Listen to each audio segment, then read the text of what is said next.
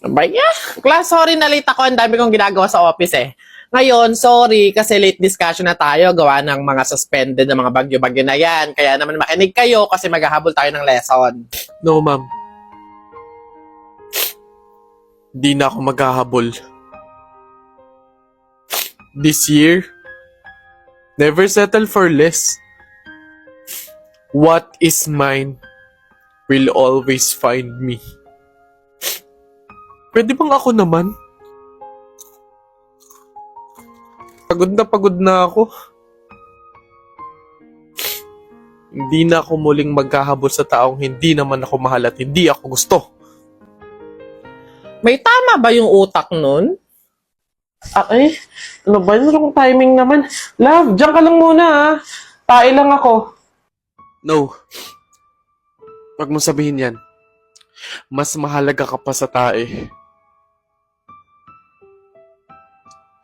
Mahal kita at mahalaga ka. Sa tuwing iniisip mo na, tae lang ako. You are a wonderful person na nakilala ko. Na-appreciate kita. Gusto ko na malaman mo na valid ka.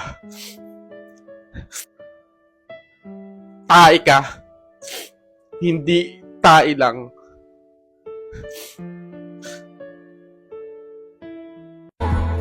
This scene feels like what I once saw on a screen.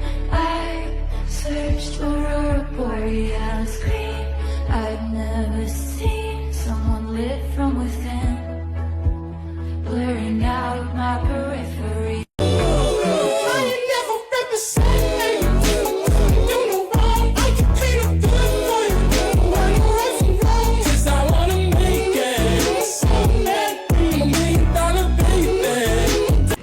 Ay, check ko nga yung book ko. Baka andyan na. Wait. Please, sana po maganda yung motor. Sana maganda yung motor.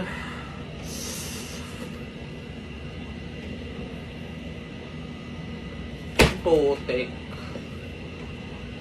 Bi, para kung tutumba sa motor na to. Parang mangalas yung motor pag ito yung sinakyan ko.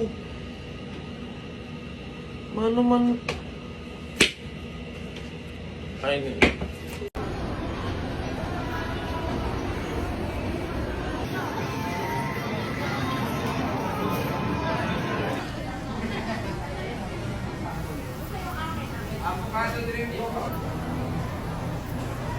howdy, kuya ko! So, madalas ko talaga nakikita tong comment na to sa comment section na nagtatanong sila kung ano ba yung mga contact lens na ginagamit ko kapag nag-girl character ako. So, kuya ko, ayaw ko dapat ipaalam kasi gusto ko ako lang. Wala dapat ibang makaalam. Walang ibang makagamit kundi ako lang. Kasi ang ganda talaga ng contact lens. Ang ganda ng quality.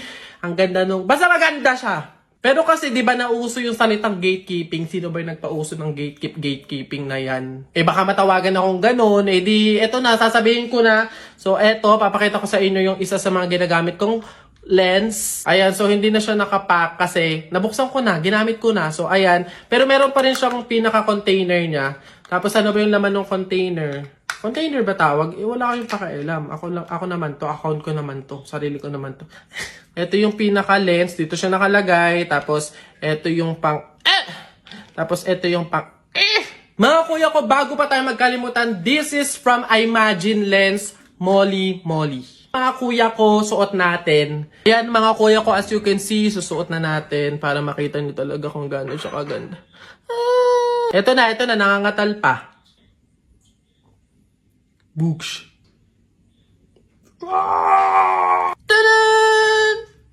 Ayan mga kuya ko, sobrang ganda ng color.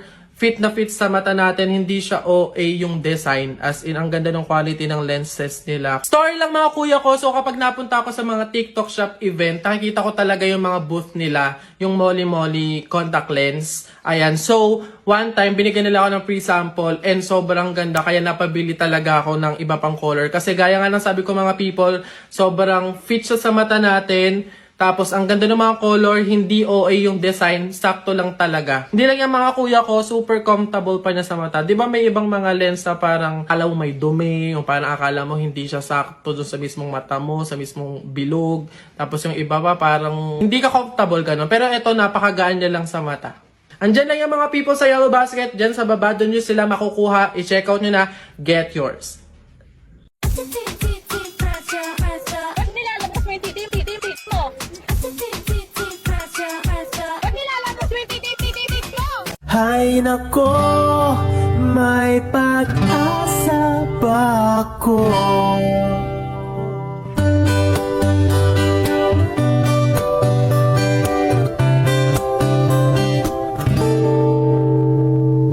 Bakit pagkasama kay nahihiyan? Di naman ako ganito pag may kasama iba. Di mo lang okay na. Oras di ko napapansin pagka-text ka na. Magka-insomnia na makausap ka lang. Mahal na kaya kita. Hay nako, may pag-asa ba ako? Sabihin mo ako'y maghihintay sa'yo. Hay nako, may pag-asa ba ako? Sabihin mo sa'kin kung trip mo rin ako. Trip mo ba ako?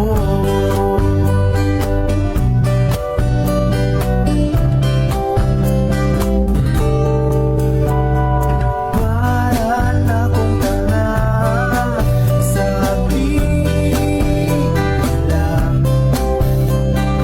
May exam pa bukas, awan ko iyong larawan. Sa'yo kaya ako papasa. Hay nako, may pag-asa pa ako. Sabihin mo ako'y maghihintay sa'yo. Hay nako, may pag-asa pa ako. Sabihin mo sa'kin kung trip mo rin ako. Trip mo ba ako?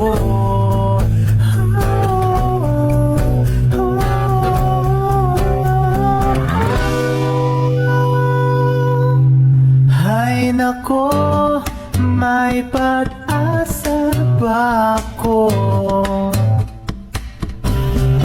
Hay nako, may pag-asa ba ako? Sabihin mo sa'kin kung trip mo rin ako. Hay nako. Okay, babae, ano tong sinasabi ni lalaki na nakipag-kiss ka nga daw sa iba? Totoo ba to? Ano to? Pakipaliwanag sa amin. Your Honor, hindi ko po alam na mali po yun. Kasi, opo, nakipag-kiss nga po ako sa iba, pero yung boyfriend ko naman po yung ini-imagine ko that time. So, I think 100% po na hindi po yung cheating. Sabi pa niya nga dito, kaya kayo nag-away ng malala noong June 23, 2024 ay dahil hindi ka daw nagpapalambing. Ano to? Tama ba to?